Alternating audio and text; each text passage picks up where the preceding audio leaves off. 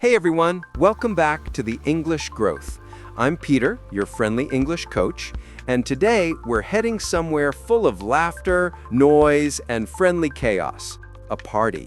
It could be a birthday party, an office gathering, a weekend barbecue, or even a college reunion. Wherever people meet for fun, you'll find fast talk, jokes, and energy everywhere. But for English learners, it can feel intimidating. Absolutely. The music's loud, people are laughing, and before you even understand what someone said, they're already on the next joke. You smile, but you're not sure if it was a compliment, a question, or sarcasm. Exactly, and that's the tricky part. At social gatherings, native speakers use a lot of humor, exaggeration, and casual reactions.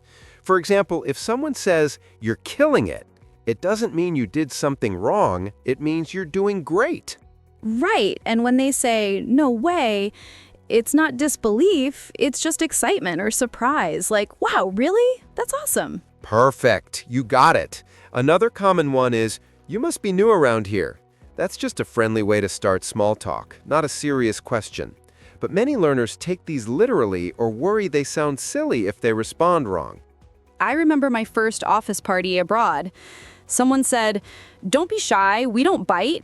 I panicked for 2 seconds, thinking, why would anyone bite? Classic. Humor in English often sounds strange until you realize it's just playfulness. So the best way to handle these moments is simple. Smile, laugh politely, and join slowly. You don't have to talk a lot. Just be part of the mood. That's a big relief. So it's not about being the funniest person, just relaxed and friendly. Exactly. People enjoy conversations that feel light and natural. Small sentences like, "That's funny, never heard that before." Or, "Oh really? How long have you lived here?" Or, "Nice to meet you, I'm Sarah." These are short, friendly, and open doors to real connection. And they make you sound confident, even if you're still thinking in your head, what did that joke mean? True. Nobody expects you to understand every joke. Even native speakers sometimes fake a polite laugh when they miss it. So today we'll learn how to survive and even enjoy those social moments without fear. Exactly. Here's our plan. 1. Meeting new people. How to start friendly small talk. 2. Joining group conversations. What to say when everyone's joking fast. 3. Ending or changing conversations politely. How to move around without sounding rude. By the end, you'll know how to mingle, react naturally, and leave with new friends, not just vocabulary. I love that. So where do we begin? Let's start with the first moment everyone faces, walking into a party and meeting someone new. All right, picture this. You've just arrived at a party. Music's playing, people are chatting in little groups, and you're standing there holding your drink thinking, okay, what do I say now? That's me at every party. I always feel like everyone already knows each other. Exactly, and that's where most English learners freeze. But here's the secret. English small talk at parties is light, short, and positive. It's not deep conversation. It's just a friendly warm-up. So I don't need to sound clever or super fluent. Not at all. Just be friendly and curious. Let's play out a simple example. Scene 1. First meeting at a party. "Hi, I'm Peter. Nice to meet you." Hey, I'm Lily. Nice to meet you too. So how do you know the host? "Oh, we used to work together, back in London, actually. You?" I'm her neighbor. She invited me last minute. The place looks amazing. "Yeah, she really knows how to throw a party." Totally. The lights, the food, even the playlist, everything feels so chill. See that? That's a perfect small talk flow. Nothing heavy, just polite, positive reactions. Yeah, and each answer ended with something easy to continue, like "you" or "looks amazing." Exactly. It gives the other person something to respond to. That's how conversation moves naturally. Let's look at a few magic openers you can use at any party. "Hey, I don't think we've met yet. I'm Lily." "This song's great. Do you know who it is?" The snacks are so good. Did you try the cheese balls?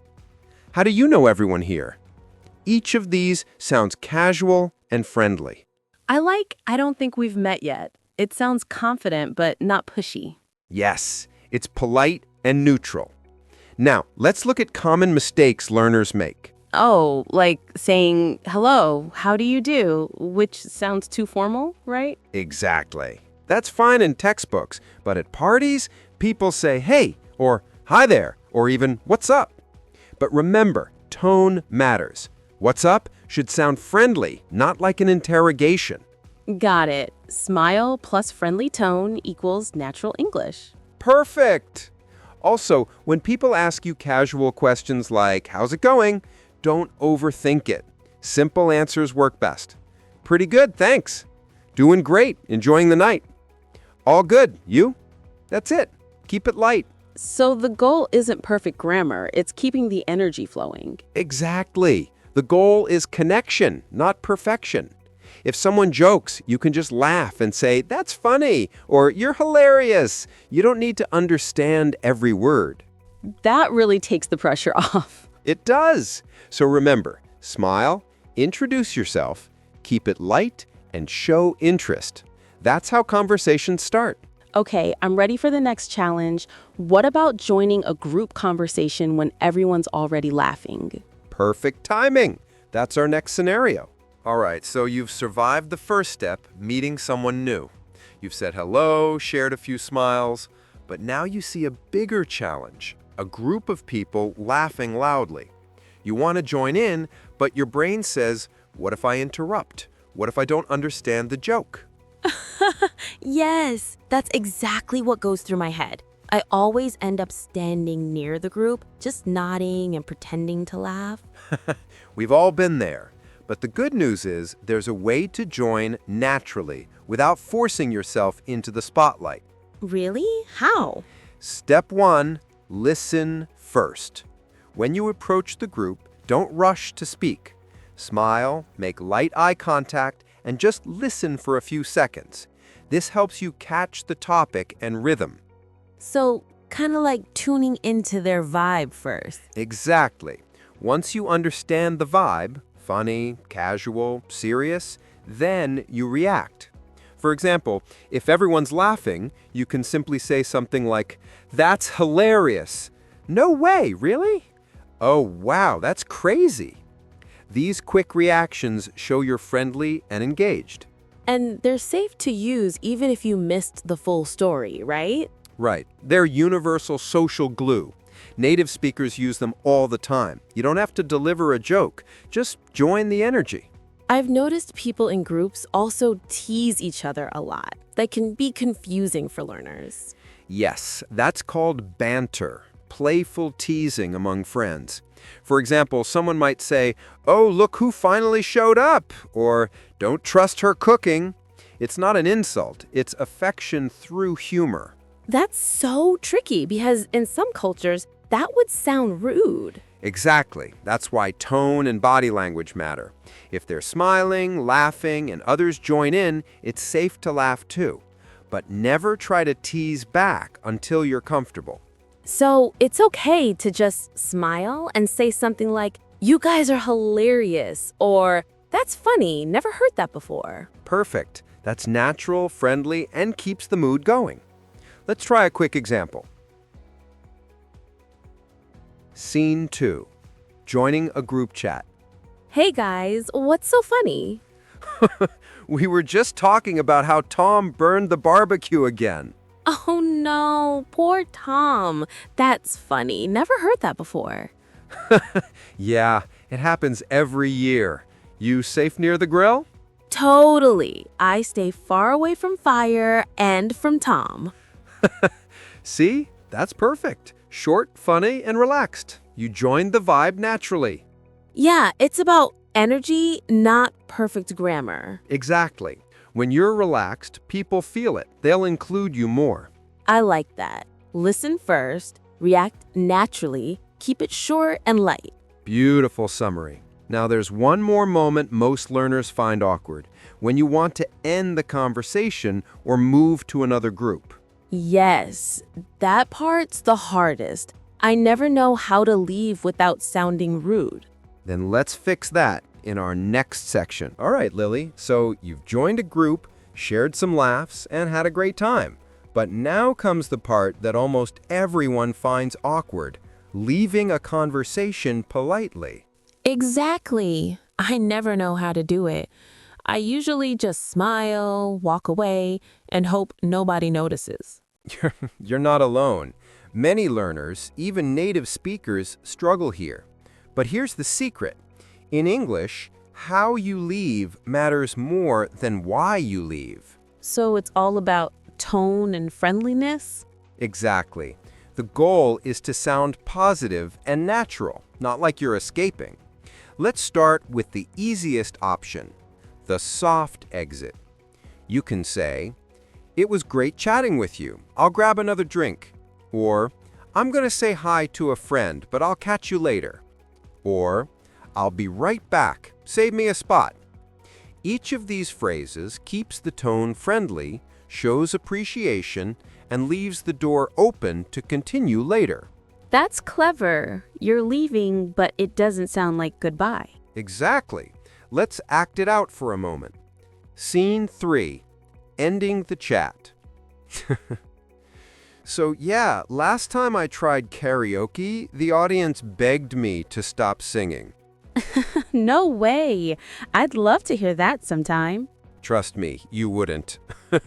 Anyway, it was great talking with you. I'm gonna grab a snack before they run out. Sure, go ahead. I'll see you around later. Perfect. That right there. Polite, cheerful, and natural. I like that. But what if you want to join another group? How do you say that without sounding rude? Good question. That's called a transition exit. You can say, "I'm going to say hi to a couple of friends. See you in a bit." Or, "I'll join the group by the fire. Come over when you can." Or, "I promise to help with the music. I'll be back soon." These phrases sound relaxed and social.